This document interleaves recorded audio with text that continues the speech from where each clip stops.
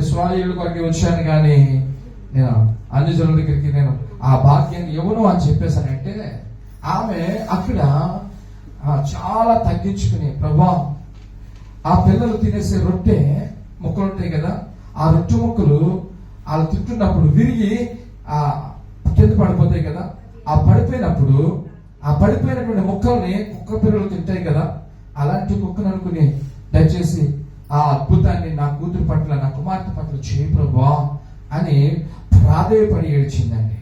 అక్కడ పడిపోయాడు దేవుడు. హల్లెలూయా, హల్లెలూయా. అది కావాలి దేవుడికి. ఏది కావాలి? విశ్వాసం కావాలి. ఆ విశ్వాసం ఎవరుకుంది? కుమారులు అనబడుతున్నటువంటి ఆశీర్వదించబడినటువంటి ఇశ్రాయేలీయులకు లేదు, అన్యజనులైనటువంటి ఆమెకి ఆ విశ్వాసం ఉంది. అందుకే యేసుప్రభువు అంటున్నాడు, ఇదిగో నేను ఇశ్రాయేలులోనైనా ఇంత విశ్వాసం ఉంటే ఎవరికి నేను చూడలేదు.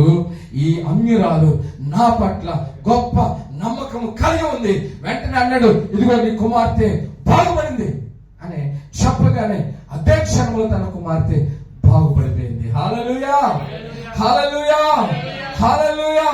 అక్కడి నుంచే చీకటిలో ఉన్నటువంటి మన మీదకి ఆయన వెలుగు, గొప్ప వెలుగు ఉదయించడం ప్రారంభమైంది.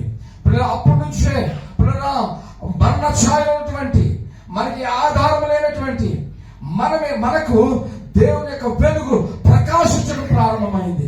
అప్పటి నుంచి పిల్లరా సంఘము కట్టబడడం, అనేక మంది అన్యజనులు అందులోనికి మార్చబడ్డం మనం చూస్తాం. అపోస్తుల కార్యాలు 10వ అధ్యాయం, కొర్నేలి పిల్లరా తన ఇంటి దగ్గర దేవుని యొక్క వాక్యాన్ని చెప్పినప్పుడు పిల్లరా అనేక మంది అన్యజనులు సంఘములోనికి చేర్చబడ్డారు. ఆ విధంగా పిల్లరా దేశాలకు, ఇశ్రాయేల్ దేశానికి కాదు ఆ వెలుగు, ఇశ్రాయేలీయులకు మాత్రమే కాదు దేవుని యొక్క వెలుగు ప్రకాశించేది. ఇప్పుడు ఆయన విశ్వాసం ఉంచే వారికి ఎవరికైనా సరే ఆ వెలుగు ఉదయిస్తుంది. ఆయన ప్రకాశిస్తాడు, ఆయన వెలుగు ప్రకాశిస్తుంది. ఆయన వెలుగు కానీ ఆయన వెలుగు ఎప్పుడైతే ప్రకాశించడం ప్రారంభమైందో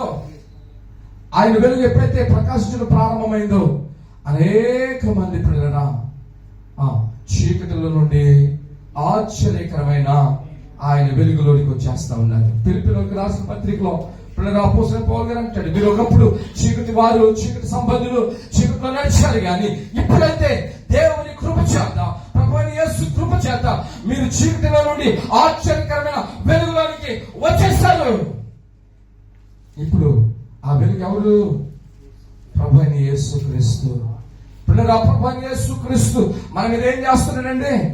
ప్రకాశిస్తూ ఉన్నాడు. ఆయన మన మీద ప్రకాశిస్తే మనలో పాపం అనేది ఉండదు.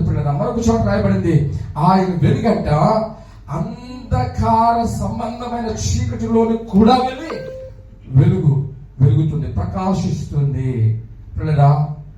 మన దేవుడు ఎంత గొప్ప దేవుడు అంటే, ఎంత ఘోర పాపినైనా సరే, ఎంత భయంకరమైన పాపినైనా సరే మార్చగలిగిన గొప్ప దేవుడు. హల్లెలూయా. అనేక మంది సినీ యాక్టర్స్ మారట్లేదండి, అనేక మంది వ్యభిచారులు మారట్లేదా, అనేక మంది దొంగలు మారట్లేదా, అనేక మంది రవిడీలు మారట్లేదా, అనేక మంది హత్యలు చేసిన వాళ్ళు మారట్లేదా? వీడు మారడు అనుకునేవాడు కూడా మారుతున్నాడు. కారణం ఏంటంటే ఆ వెలుగు అంత గొప్పది. హల్లెలూయా. లోకములో ఉన్న వెలుగు, జీవమైన వెలుగు, ప్రకాశించే వెలుగు, యేసయ్య అనే వెలుగు ఎంత గొప్పదంటే మన హృదయాలను మార్చేసేది. మన హృదయంలోనికి ఆ వెలుగు వచ్చిందంటే, ప్రకాశించడం ప్రారంభమైందంటే మన జీవితం అంతా కూడా వెలుగుమయము